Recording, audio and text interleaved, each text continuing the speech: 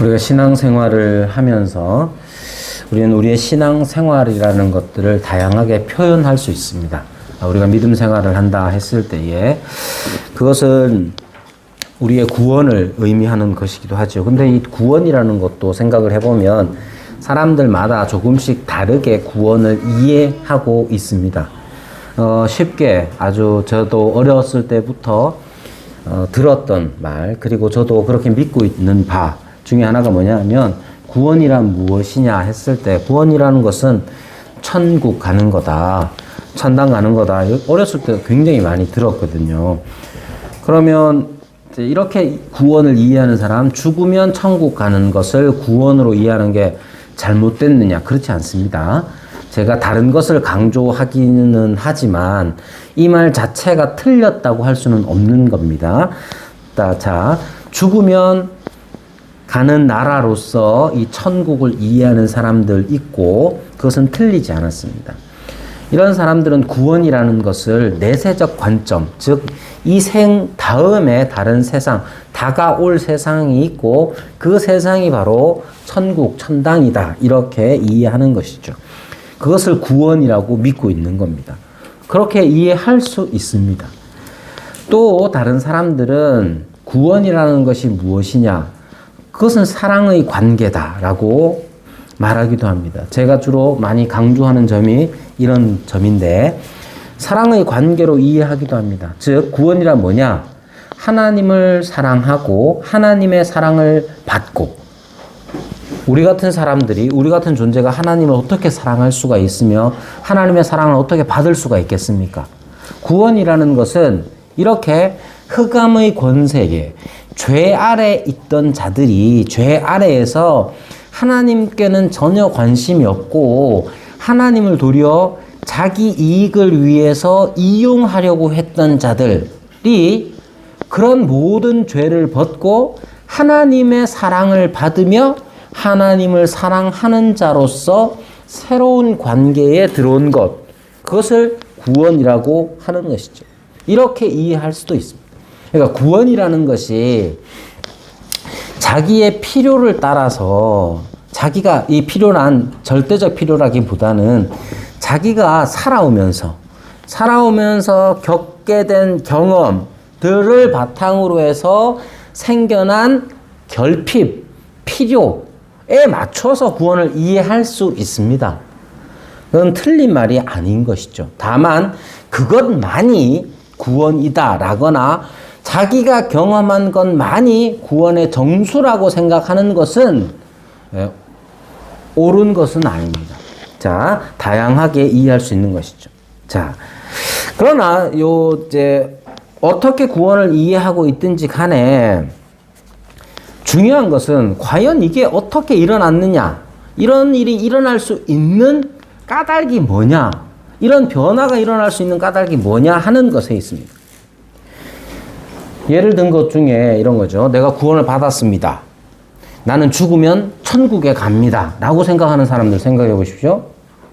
그러면 어떤 게 필요하냐면 내가 죽으면 천국에 간다는 이것이 어떻게 그렇게 될 수 있었느냐, 그 과정, 나의 이 변화를 가져다 준 과정이 무엇이냐는 거예요. 여러분, 죽으면 천국 갑니까? 서훈은 아직 안 가고, 서훈은 아직 안 갑니다. 내가 안 보내는 게 아니고 지가 안 간다 했으니까.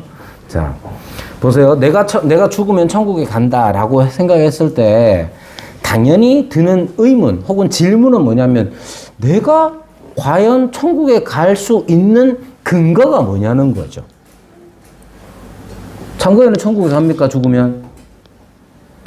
참고에도 아직 모릅니다. 아이고, 큰일 났네.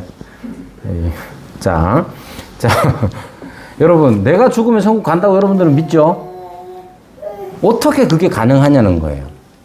사람은 전부 다 죽으면 다 천국 가요. 이렇게 생각하는 사람이 아니라면, 모든 사람이 다 죽어서 천국 가는 게 아니라라고 생각한다면 누구는 가고 누구는 못 가는데, 그 기준점이 무엇이냐에 대한 나름의 생각들이 다 있어야 한다는 것이죠.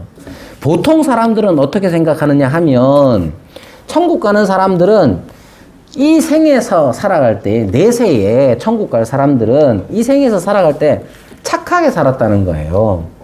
착하게 살았고 좋은 일 많이 했고, 그러니까 그 보상으로 천국에 간다고 생각합니다. 맞습니까? 그렇게 생각하는 사람들이 엄청 많아요. 그 사람들 틀에서는 그렇지만 그런 사람들을 놓고 우리는 그리스도인이라고 말하진 않습니다. 그죠? 자, 그러면 내가 죽어서 천국 가는 이유, 어떻게, 무슨 근거로 내가 천국 갈 수 있느냐 했을 때, 아, 예수님 때문에 나는 갈 수 있어요 라고 믿는 사람이 기독교인이죠. 그러니까 그런 과정이 우리에게 있다는 말입니다. 내가 있고 천국이 있는데 내가 어떻게 천국에 갈 수 있느냐? 내가 똑똑해서, 내가 잘나서, 내가 착한 일 해서 천국 간다 라고 생각하는 사람들이 있는가 하면, 아, 나는 못나고, 나는 똑똑하지도 않고 착한 일도 안 했고 많이 못했고 부족하고 많이 모자라지만 천국에 갈 수 있는데, 왜냐하면 예수님이 십자가에서 하신 일 때문이다 라고 믿는 거예요. 그렇게 되면 틀린 게 아니잖아요. 우리 성경에서 가르치는 믿음과 같은 믿음이라고 할 수 있단 말입니다. 또는 우리가 하나님과의 사랑의 관계 안으로 들어가는 것이 구원이다라고 했을 때, 우리가 어떻게 하나님을 사랑할 수 있느냐는 겁니다. 여러분, 하나님을 사랑할 수 있습니까, 여러분이? 혹은 우리는 하나님의 사랑을 받을 수 있습니까? 그것이 구원이요, 그것이 천국이라면 그것이 어떻게 가능하냐에 대한 질문, 의문, 아니면 의심, 이런 게 있어야 하잖아요. 이것 없이 만약에 나 같은 사람이 어떻게 하나님을 사랑하고 하나님의 사랑을 받을 수 있느냐, 어떻게 그게 가능하냐에 대한 질문이 있어야 되는 겁니다. 그리고 그 질문에 대해서 우리가 답하는 것이 기독교란 말이에요. 여러분은 어떻습니까? 여러분이 하나님의 사랑을 받을 자격이 있습니까? 무슨 자격으로 하나님의 사랑을 받습니까? 아, 이 정도 생겼으면 사랑받겠지요. 그렇습니까? 얼굴 생긴 걸로 사랑을 받습니까? 세상에 많은 여자들 중에 남자의 사랑을 받는 첫 번째가 얼굴 생긴 거라고 생각하죠. 우리가 하나님을 그런 식으로 생각합니까? 내가 이 정도로 생겼으니 해주실 거다. 내가 이 정도로 가졌으니 나는 사랑을 받을 자격이 있다. 그런 게 아니잖아요. 자, 근데 우리는 그 관계, 그 과정에서 어떤 일이 일어나야 하는지가 기독교의 특징이란 말입니다. 근데 이것을 생각지 않고 너무 막연하게 세상 사람들 생각하듯이 죽으면 천국에 갈 거야, 나는 하나님은 나를 사랑하셔 라고 생각하는 건 잘못된 겁니다. 자, 나와 하나님 사이의 연결이 어떻게 가능하냐 하는 것이 바로 기독교인 것이죠.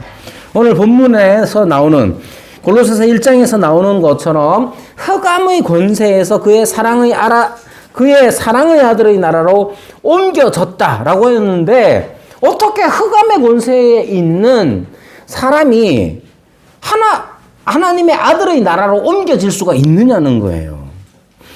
이에 대한 대답이 분명하지 않으면 곤란하게 되는데, 어떤 게 곤란하게 되느냐, 하나님이 곤란하게 됩니다. 하나님에 대한 것이. 약간 생뚱맞지만 여러분, 이제 느와르 영화 같은 거, 이제 막 싸움질하고 막 이런 영화들 보면, 이쪽 조폭에서 저쪽 조폭으로 막 배신하는 사람들 있잖아요. 그래 배신해서 넘어가면 이쪽 편에서 써먹을 만큼 써먹은 다음에 그 배신자를 처단해 버립니다. 그러면서 한마디 하죠. 뭐라고 하겠습니까? 네, 뭐라고 하느냐면, 한 번 배신한 놈은 두 번도 배신할 수 있어. 그리고 처단해 버립니다. 여러분, 원칙이 없는 사람, 원칙 없이 이랬다 저랬다 하는 사람은 어느 편에 있든지 이랬다 저랬다 하는 거잖아요. 만약에 하나님께서 흑암의 권세에 있는 우리를 어떤 합당한 근거도 없이 그냥 하나님이니까 그냥 아들의 나라를 옮겨주셨다고 해버리면, 근거 없이 그렇게 해버리면 또 다시 아들의 나라에서 흑암의 권세로 던져버릴지 어떻게 합니까? 어떻게 믿냐? 어떻게 믿을 수가 있냔 말이에요. 우리가 분명히 흑암의 권세에 있다는 사실은 우리가 잘 압니다. 우리는 죄의 권세를 이겨낼 수가 없어요. 지금도 여러분들이 잘 깨닫는 거잖아요. 여러분들 맨날 하나님 앞에 와서 회개하는 내용이 뭡니까? 죄 지은 거잖아요. 아직도 죄 지은 것 때문에 하나님 앞에 와서 후회하고 고백하고 그러고 살잖아요, 우리가. 흑암의 권세에서 아들의 나라로 옮기셨어요. 아니, 무슨 근거로 옮기셨냐고요? 그 근거가 확실하지 않으면, 아니, 하나님이 언제 아들의 나라에 있는데 갑자기 흑암의 권세로 던져버릴지 누가 압니까?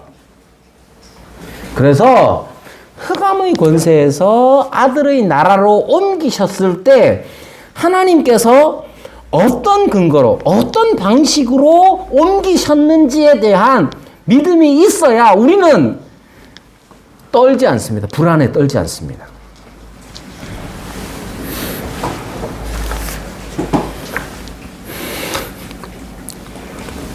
그러니까 하나님께서 우리를 흑암의 권세에서 그의 사랑의 아들의 나라로 옮기시는 일을 어떻게 하셨는지 아는 것, 그리고 그에 대해 믿는 것, 그것이 바로 기독교입니다.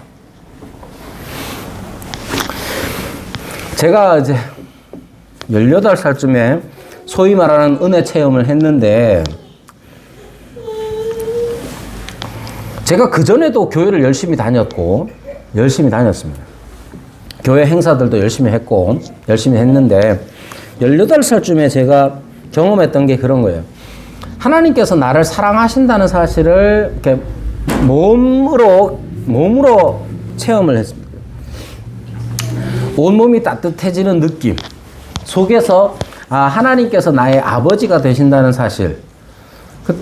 그때도 그렇고 평생 제가 아버지의 관계가 애틋한 건 없어요. 저는 요즘도 악몽을 꾸면 아버지가 등장하는 게 악몽 중에 하나입니다. 아버지가 막 나를 찾으러 막 이렇게, 예. 그러면 이제 식은땀 흘리면서 잠 깨거든요. 근데 하나님께서 나의 아버지가 되신다는 사실을 저는 큰 은혜로운 경험으로서 느낄 수가 있었습니다. 생각해 보십시오. 나 같은 사람이 어떻게 하나님을 부담 없이 아버지라고 스스로 받아들일 수 있었을까? 그냥 그때의 느낌만으로 되는 게 아니란 말이에요. 저 개인적으로는 그 하나님의 아버지 되심의 증표를 어디에서 찾았느냐 하면 십자가에서 찾았어요.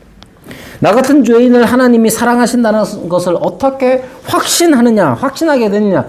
바로 십자가를 통해서였단 말입니다. 골로새서 1장에서 우리를 흑암의 권세에서 그의 사랑의 아들의 나라로 옮기셨다고 표현하고 있고, 이 일이 일어날 수 있었던 것, 그렇게 옮기시는 방법에 대해서 뭐라고 말하느냐면 14절에 그 아들 안에서 우리를 속량 곧 죄사함을 얻었도다. 우리가 그 아들 안에서 우리가 속량 곧 죄사함을 얻었다라고 말하고 있습니다. 죄사함이라는 것이, 죄의 사함이라는 것이 어떻게 일어나느냐? 뭐 아이들이 창건이나 서우가 저한테 잘못하면 어떻게 합니까? 제가 이놈 하겠죠. 창건이 똑바로 앉아, 서우 똑바로 앉아, 뭐 이러면서. 근데 요 정도로 끝나는 게 아니라 큰 잘못을 했다면 죄사함이라는 것을, 만약에 엄청난 잘못을 한 사람에게 죄를 사해 준다는 건 굉장히 비윤리적일 수 있습니다. 예를 들면 흉악무도한, 우리가 감정적으로는 아주 흉악무도한 살인자, 강간 살해범 같은 사람들, 이 사람들에게 우리 대부분은 다 분노합니다. 분노해서 적당한 형량이 부여되기를 원합니다. 근데 만약에 이 사람이 심신미약이라는 이유로 만약에 이 사람이 한 3년만 감옥 생활을 하고 나온다. 너무 법에 대해서조차도 분노합니다. 자, 보세요. 하나님의 죄사함이라는 게, 하나님이면 죄 사해 줄 수 있지. 그런 식으로 말하는 건 현실, 죄에 대한 현실을 너무 모르는 것이거나 아니면 자기 이익을 위해서 적당히 그냥 이용해 먹는 것밖에 안 되는 거예요. 여러분, 하나님이 죄 사해 주셔야 됩니까? 하나님이 왜 죄를 사해 줘야 됩니까? 하나님이니까 라는 말은 하면 안 돼요. 하나님이시기 때문에 더더욱 공의로워야죠. 하나님이시기 때문에 작은 잘못조차 그냥 두시면 안 되는 것이죠. 하나님이 죄를 사하시려면 어떻게 해야 되느냐 할 때에 14절이 우리에게 가르치는 것은 속량이라고 합니다. 속량. 특별히 죄 사함이 뭐냐? 속량이라고 얘기해요. 속량이라는 말의 뜻은 뭐냐 하면 속전을 치루어서 자유롭게 하다는 거예요. 속전이 뭐냐면 그 값을 치렀다는 거죠. 어떤 노예가 있어요.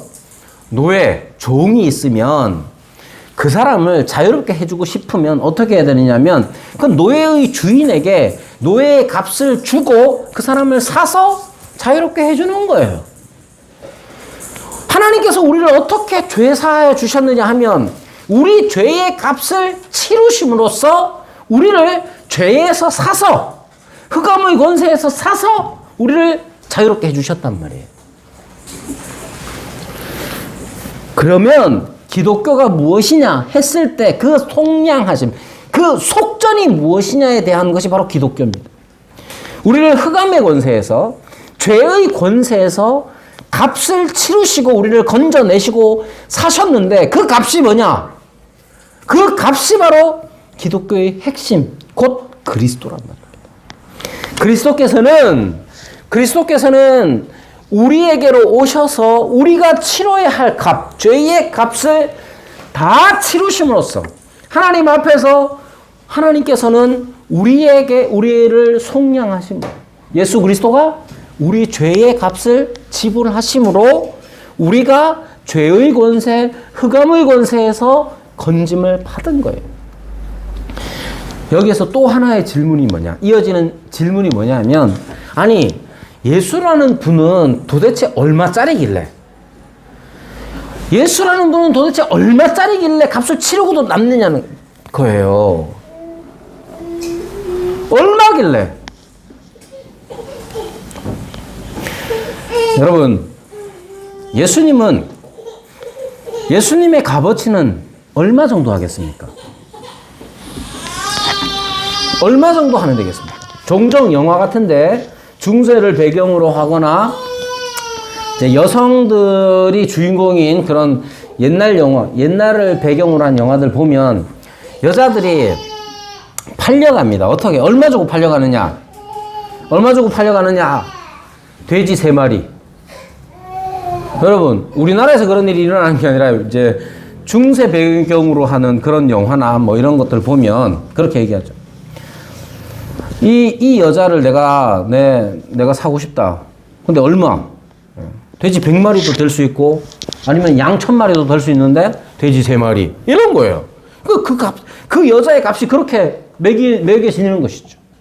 예수님은 얼마겠어요?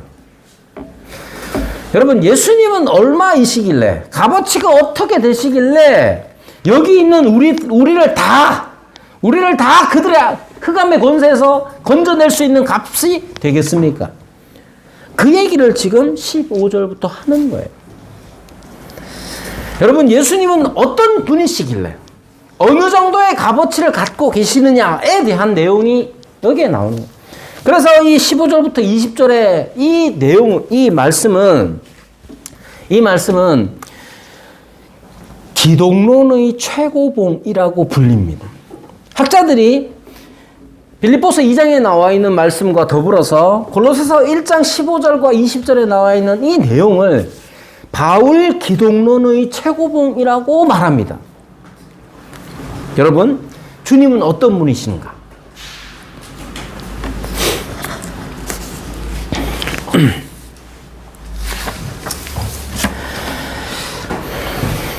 자, 이 점이 중요합니다. 우리가 기독교인이라고 말할 때에는 여러분 기독이라는 말 여러 번 말씀드렸지만 이 기독이라는 말 자체가 크라이스트 그리스도에 대한 음력이에요. 불란서는 프랑스잖아요. 프랑스를 한자로 쓰면 불란서 이렇게 쓰는 거예요. 크리스찬리티를 한자로 쓰면 어떻게 쓰느냐? 기독교 이렇게 쓰는 거예요. 한자로 쓰면. 음을 차용해 와가지고 그 소리를 그냥 나타내는 거예요. 소리를 차용해 와가지고. 그래서 기독은 그리스도를 말합니다. 그리스도. 자, 보십시오. 우리가 기독교인임을 어떻게 아느냐? 여러분, 교회 다니면 기독교인입니까? 다 그렇죠, 뭐. 그렇게 생각해야죠. 보십시오. 기독교인임을 우리가 어떻게 확인하느냐? 이 점이 중요합니다. 골로새서 말씀처럼 하자면 우리가 그의 사랑의 아들의 나라, 아들의 나라의 백성, 아들의 나라에 옮겨진 존재라는 걸 우리가 어떻게 아느냐? 사람들이 종종 이렇게 생각합니다. 우리는 사랑스러운 행동을 하고 윤리적이고 도덕적인 행동을 하기 때문에 우리가 와 있는 곳이 아들의 나라가 아닐까?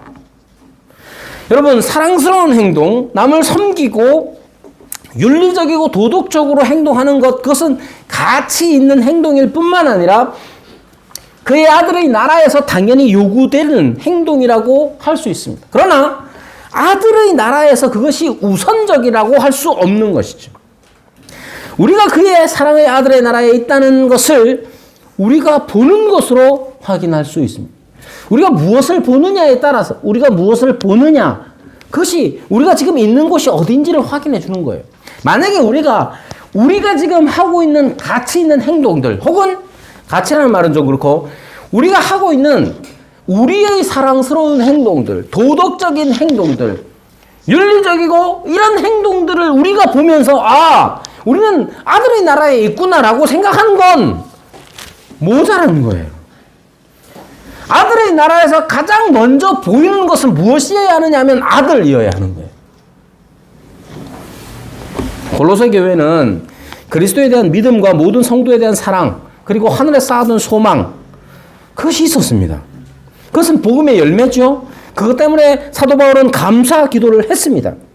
그런 열매를 맺고 있는 교회된 우리가 보는 것이 무엇이냐 하면 단지 그런 행동들, 믿음이나 사랑이나 소망에 대한 행동들이라면 우리는 곧 넘어지기가 쉽습니다. 바울이 보여주는 것, 우리로 하여금 보도록 하는 것, 우리가 봐야 하는 것이 뭐냐면 오늘 본문에서 나타나는 그인 거예요. 아들의 나라에서 우리가 보게 되는 분은 바로 아들이십니다. 그 아드님보다 혹여 우리의 행동이 먼저 보이고 혹여 더 선명하게 보인다면 우리는 아들의 나라가 아니라 우리의 나라에 있는 것, 그렇게 넘어질 수가 있는 거예요. 여러분, 엄밀하게 말하자면 우리의 믿음과 우리의 행동, 우리의 믿음과 소망과 사랑, 이 모든 행동들 속에서 아들을 보는 거예요. 그게 아들의 나라의 특징이란 말입니다. 그 아드님은 어떤 분이신가? 15절부터 밝히고 있습니다. 15절의 내용은 사실 보면 대단히 신비합니다. 어떤 점에서 신비하냐면 15절, 그는 보이지 아니하는 하나님의 형상이시요. 여러분, 형상이시요라고 했을 때에 이런 거예요. 우리가 맨 처음 보는 게 누구냐 하는 겁니다. 여러분, 맨 처음에 보는 그분은 누구냐면 바로 예수님이에요. 예수님을 보는 거예요. 그는 이라고 했잖아요. 그는, 우리가 보는 분이 누구냐면 그 아드님을 우리가 먼저 봅니다. 그런데 우리가 곧 예수 그리스도를 먼저 보는데 그리스도를 보면서 우리는 하나님을 보게 된다고 15절이 말합니다. 자, 두 개가 다 보이는 거예요. 어떻게 보이느냐? 첫 번째, 우리가 보는 건 예수님입니다. 우리가 예수님을 딱 보면 예수님이구나 하고 예수님을 보게 되는데 그 예수님은 우리에게 보이지 아니하는 하나님의 형상, 즉 하나님을 보게 해줍니다. 신비하죠? 이게 신비입니다. 여러분이 예수님을 본다면 그 예수님을 보는 것이 하나님을 보는 것입니다. 제자들이 하나님을 보여주십시오라고 하니까 예수님이 뭐라고 하셨느냐? 나를 보았느냐? 나를 본 자는 아버지를 보았다. 이렇게 말씀합니다. 아버지는 어떤 분이냐? 보이지 아니하시는 분이에요. invisible. 볼 수 없는 분이 바로 하나님이시란 말입니다. 근데 예수님은 우리와 같이 되셔서 우리와 함께 이곳에 계셨던 그분이 나를 본 자는 아버지를 보았다라고 말합니다.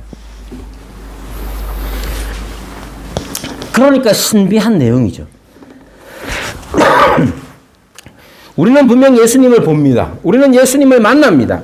우리는 예수님의 십자가 아래에서 그분이 흘리시는 그 피 흘리는 그 십자가 아래에 있습니다. 우리가 십자가에 달리신 예수님을 볼 때에 그 십자가에 달리신 예수님을 통해서 예수님을 봄과 함께 하나님이 어떤 분인지 보게 되는 겁니다. 십자가 아래에서 우리는 흑암의 권세에서 우리를 건지시는 아버지를 보게 되는 것이죠. 이것이 아들의 나라에서 보게 되는 것입니다. 우리가 여전히 흑암의 권세에 있다면 아들을 통해서 아버지를 볼 수가 없는 거예요. 우리는 이미 아들의 나라에 있기 때문에 아드님을 보면서 우리의 아버지를 보게 되는 거예요. 그러니까 우리가 아들의 나라에 있다. 그걸 어떻게 합니까? 우리에게 보이는 최우선은 바로 예수 그리스도이시고 그분을 통해서 우리는 보이지 아니하시는 하나님을 보게 되는 거예요. 그리고 그분은 어떤 분이냐? 이어서 말할 때 모든 피조물보다 먼저 나신 이라고 말합니다. 모든 피조물보다 먼저 나신 이 말씀을 읽는 사람들 중에 아주 큰 오해를 한 사람들도 있었습니다. 바로 아리우스라는 사람인데, 아리우스라는 사람은 이 말씀을 근거로 해서 예수님이 피조되었다. 예수님은 하나님의 창조물이다. 하나님에 의해서 피조되었다고 말합니다. 우리와 같지는 않지만 성부로부터 특별하게 피조된 존재가 바로 성자이시다라고 말했습니다. 먼저 나신이라는 말이 그렇게 생각될 수도 있죠. 헬라어의 먼저 나신이라는 이 헬라어는 프로토토코스라는 말인데, 이 말을 번역한 그 영어 번역은 어떻게 돼요? firstborn입니다. firstborn. 띄어쓰지 않고 firstborn이라고 하는데, 영어 번역본뿐만 아니라 헬라어 자체도 먼저 난 이런 뜻이에요. firstborn이란 말입니다. 그렇기 때문에 예수님은 우리보다 먼저 나신 분이구나, 그런 시간적인 개념으로만 그렇게 생각할까봐 먼저 나신 이가 어떤 뜻인지에 대해서 사도 바울은 호티라는 접속사, 영어는 for를 사용합니다. 그러니까 16절을 영어 번역은 for라는 접속사를 먼저 사용합니다. for가 맨 처음에 사용되면 왜냐하면 이런 뜻이죠. 다 아시다시피 왜냐하면 먼저 나신인데, 왜냐하면 그분이 어떠하다 이렇게 말해요. 16절 17절에 나와 있는 내용이 뭐냐 하면, 한마디로 얘기하면 예수님은 피조된 존재가 아니라 도리어 창조자라는 거예요. 16절부터 보십시오. 만물이, 여기에 맨 처음에 왜냐하면 이거 for라고 시작된단 말이에요. 만물이 그에게서 창조되되 하늘과 땅에서 보이는 것들과 보이지 않는 것들. 영어 번역은 in heaven or on earth. 하늘에 있는 것이나 또는 땅에 있는 것이나 모두 다, 보이는 것이나 보이지 않는 것이나 모든 것들이 다 그를 통해서, 그로 말미암고 그를 위하여 창조되었다라고 말해요. 그 예수님은 어떤 분이시냐? 먼저 나신입니다 라고 했을 때 그 먼저 나신 게 우리보다 조금 더 먼저, 아니면 우리보다 한참 먼저, 이런 개념이 아니에요. 그런 개념이 아니고, 예수님은 하나님의 형상으로서 예수님은 창조자가 되신다는 점을 바울은 분명하게 얘기하고 있습니다. 그럼 먼저 나신이라는 말의 뜻이 뭐냐? first born이라는 이 말의 의미가 뭐냐면 이런 거죠. 우리 아들이 오늘 시험 수능을 쳐가지고 선물을 받았습니다. 선물을 받았는데 뭘 받았느냐? 핸드폰을 선물 받았습니다. 우리 아들이 초등학교를 졸업할 때 만년필을 선물 받았습니다.